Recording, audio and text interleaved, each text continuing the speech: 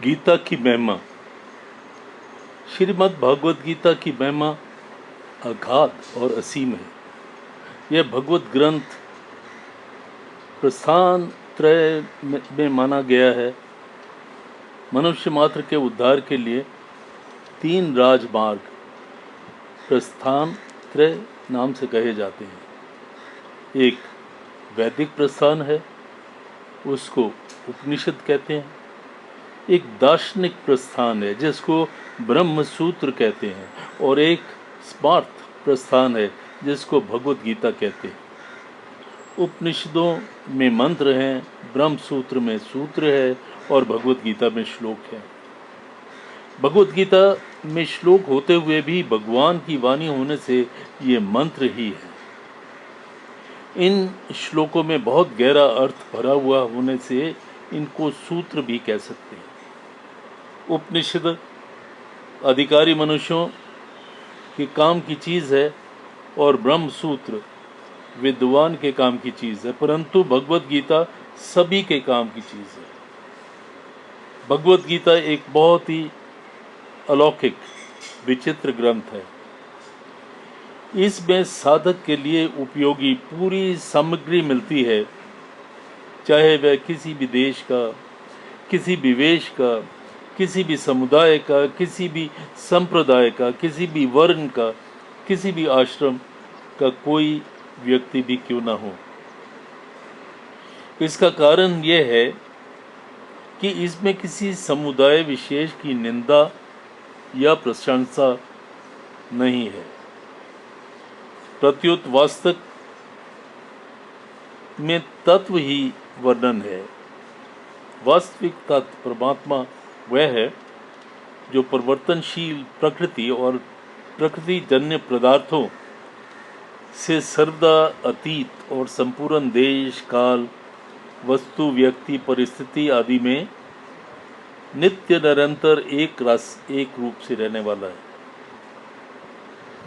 जो मनुष्य जहाँ है और जैसा है वास्तव में वहाँ वैसा ही पूर्ण रूप से विद्यमान है, परंतु प्रवर्तनशील प्रकृति जन्य वस्तु व्यक्तियों में राग द्वेष के कारण उसका अनुभव नहीं होता।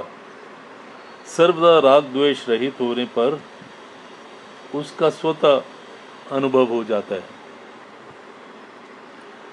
भगवत गीता का उपदेश महान अलौकिक है।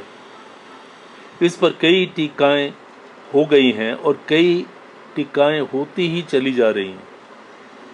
फिर भी संत महात्माओं विद्वानों के मन में गीता के नए नए भाव प्रकट होते हैं।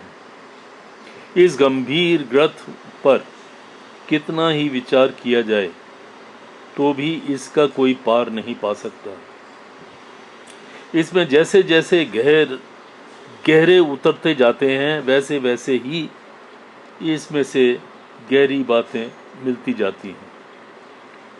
जब एक अच्छे विद्वान पुरुष को भावों का भी जल्दी अंत नहीं आता, फिर जिनका नाम रूप यावन मात्र अनंत है, ऐसे भगवान के द्वारा कहे गए वचनों में भरे हुए भावों का अंत आ ही कैसे सकता है।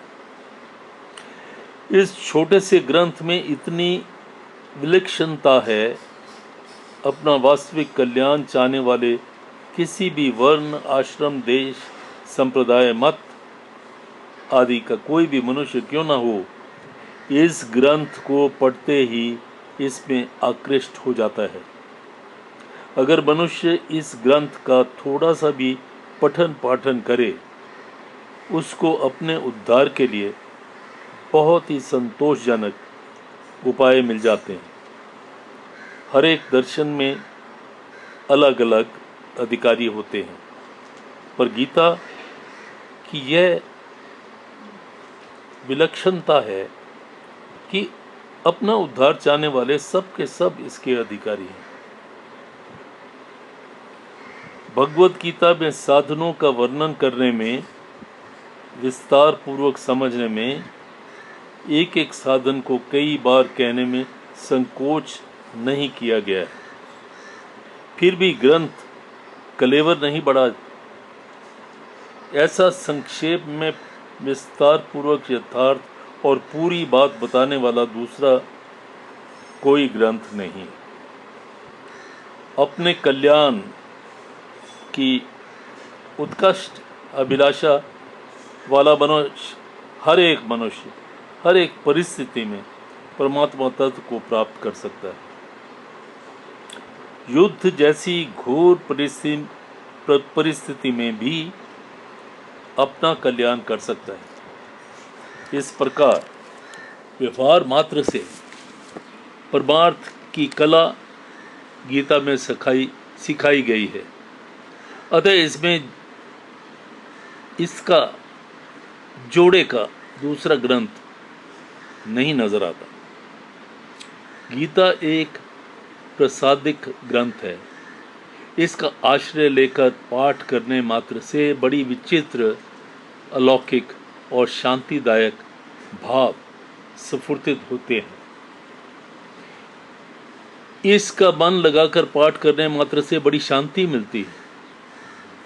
इसकी एक विधि यह है कि पहले गीता के पूरे श्लोक अर्थ सहित कंठस्थ कर लिए जाएं, फिर एकांत में बैठकर गीता के अंतिम श्लोक यत्र योगेश्वर कृष्णा, यहाँ से लेकर गीता के पहले श्लोक धर्म क्षेत्रे कुरुक्षेत्रे, यहाँ तक बिना पुस्तक के उल्टा पाठ किया जाए तो बड़ी शांति मिलती है।